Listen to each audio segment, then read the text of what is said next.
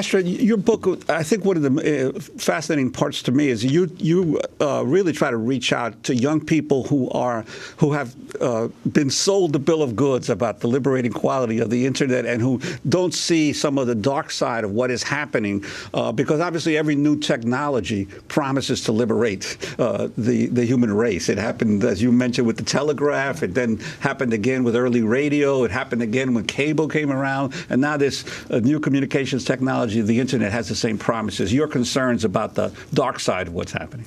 Yeah, I love that you picked up on that. I really sort of wanted to write something that would influence the younger generation the way that books by Robert McChesney, influenced me when I was beginning my path to become an independent media maker, filmmaker, an activist. And I think these technologies have existed long enough to kind of see that the new system is looking a lot like the old.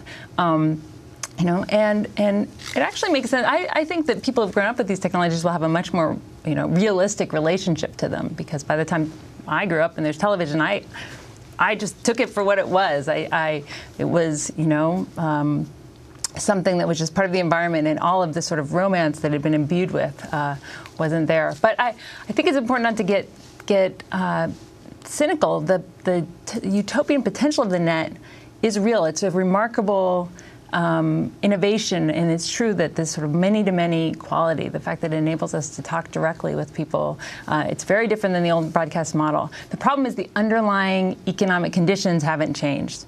The same old business imperatives, the same old incentives that shaped the old media model and that made it so problematic are still with us. So the internet might have disrupted investigative journalism, but it didn't disrupt advertising.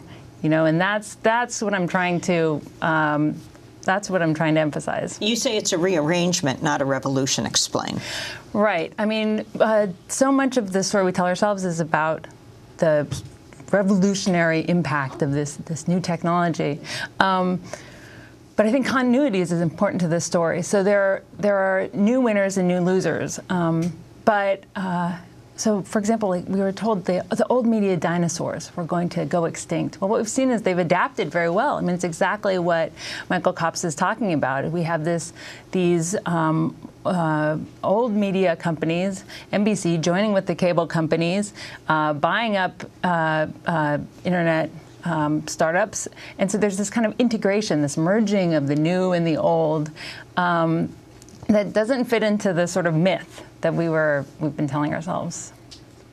And where does Google, Facebook all fit into this? Right. Well, these companies that could portray themselves as upstarts, 10 years ago, have now become the biggest companies on earth. I mean, their market capitalization of Google and Apple, they're consistently in the top 10 technology companies, are 13 of the 30 biggest companies on earth. Yeah, so they are the Goliaths of our age. So we have, Hollywood moguls, and we have Silicon Valley tycoons, and we have them collaborating.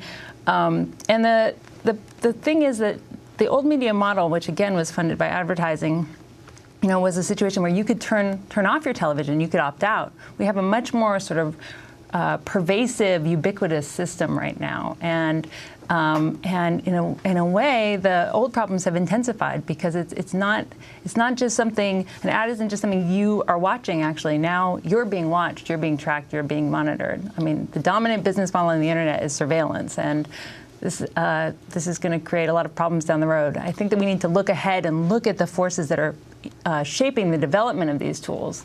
And of course, the same gender and racial and ethnic inequities of the old system are now being replicated in the new system. I want to play a comment from reporter Amanda Hess, who wrote a story in January for Pacific Standard, headline, "Why Women Aren't Welcome on the Internet." She described the dangers women face online and her personal experience with threats from Internet trolls. This is Hess talking to PBS's To the Contrary.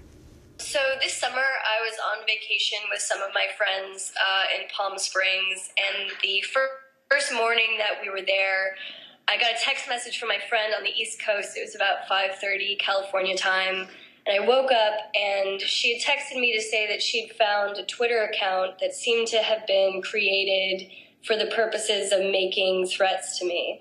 So I groggily went over to my computer, looked at the account, and it was about 7 tweets that were saying things like, I'm going to come to your house and rape you and remove your head, saying that we lived in the same state and that social violence against people like me was really important. That's reporter Amanda Hess. One of the chapters in the People's Platform by our guest Astra Taylor is titled Open Systems and Glass Ceilings, the Disappearing Woman and Life on the Internet. Yeah, I talk about the gender dynamics when I'm sort of challenging the idea that the internet is a meritocracy. The idea was that we would all be able to kind of transcend our bodies, our real-world identities, and go be whoever we wanted to be on the internet, and the best would inevitably rise to the top. So I look at the way that old hierarchies carry over. And so one aspect of that is the issue of persistent discrimination online. And it's harder to measure in a network space where it seems like, well, if you look over here, there's a whole lot of women, maybe they just don't want to participate. But Amanda Hess did a fantastic job of challenging that myth and telling a personal story that was pretty dark and scary. But she's not alone. There are so many women in the last few months who have come forward with similar tales of discrimination and harassment. And it's not just anecdotal. I quote a study in one of the chapters that this is if you use a female username online, then you get 25 times the harassing messages of a gender-neutral screen name. And so, we just have to be aware of the way that these, inequalities of the old world have carried over. And it's a real challenging issue to figure out how to remedy because who's in charge? Who's in charge of enforcing equality or silencing hate speech? In this last minute, Astra, I think the power of your book, The People's Platform, is the taking back power and culture in the digital age, that you don't give up, that you say there are ways to fight back, not to reinforce the status quo that's reflected in the old media, actually being transferred over to the new media. What are the most effective ways? There are so many things we have to do. I mean, net neutrality is the foundation. And so joining the fight, joining groups like Demand Progress and Free Press in that struggle. But as I argue in the book, neutral network is just the beginning, actually, and it doesn't solve the problems of the old media model because there's still centralization, there's still consolidation, there's still commercialism, and those are things we have to address head on. We need to think of an alternative to the advertising model that's dominant online and find other sustainable ways of funding culture and social media and funding our future.